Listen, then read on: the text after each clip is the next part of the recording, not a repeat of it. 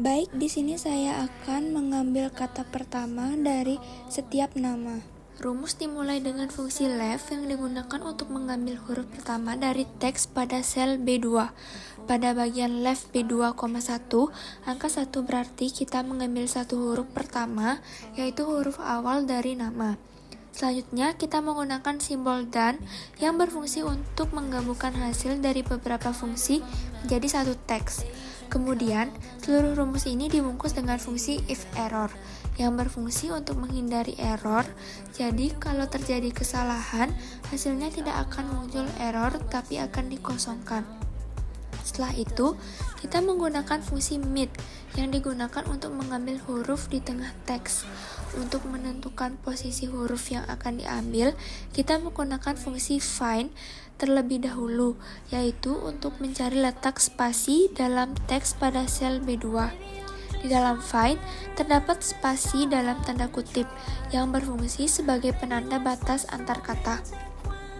Setelah posisi spasi ditemukan, kita tambahkan +1, yang berarti kita berpindah ke huruf setelah spasi tersebut, sehingga kita bisa mengambil huruf awal dari kata kedua. Kemudian, angka 1 pada mid menunjukkan bahwa kita hanya mengambil satu huruf saja dari posisi tersebut.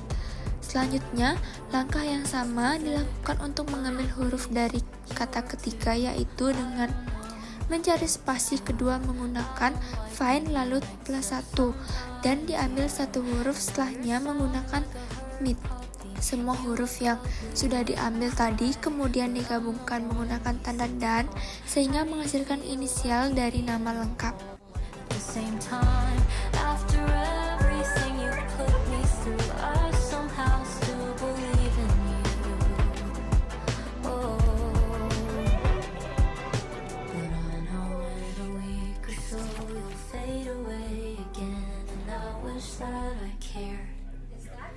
Hey, are you still there?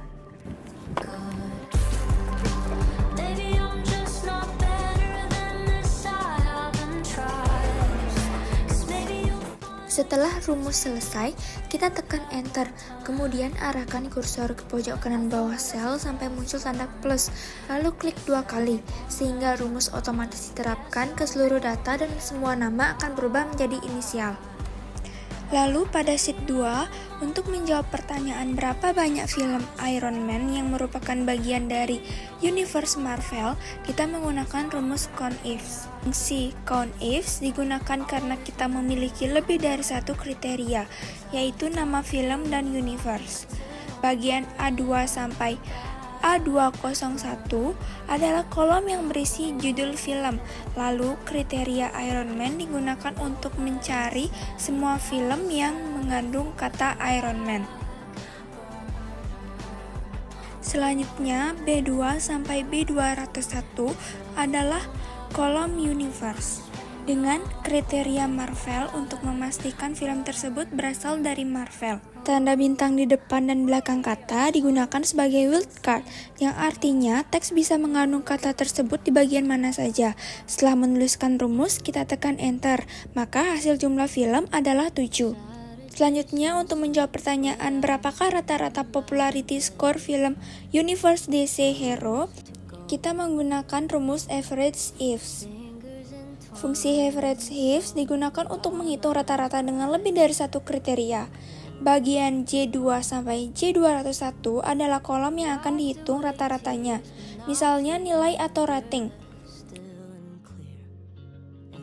Kemudian, B2 sampai B201 adalah kolom kriteria pertama, yaitu kategori atau universe dengan syarat DC. Selanjutnya, C2 sampai C201 adalah kolom kriteria kedua dengan syarat hero.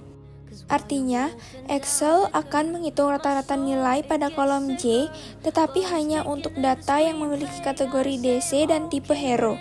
Setelah menuliskan rumus, kita tekan enter, maka hasil rata-rata adalah 50,21875. Selanjutnya, untuk menghitung berapa banyak data yang memiliki power score antara 70 sampai 90, kita menggunakan rumus COUNTIF. Fungsi CONIF digunakan karena kita memiliki lebih dari suku kriteria, yaitu nilai minimal dan nilai maksimal.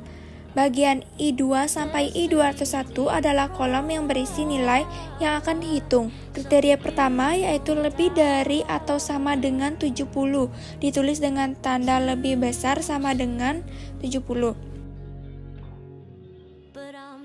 Karena kedua kriteria menggunakan kolom yang sama, Excel akan menghitung jumlah data yang memiliki nilai di antara 70 sampai 90. Kemudian kriteria kedua yaitu kurang dari atau sama dengan 90, ditulis dengan tanda kurang dari sama dengan 90. Setelah menuliskan rumus, kita tekan enter, maka jumlah data adalah 67. I know I'll be alright. Someday I'll be fine, but just not tonight.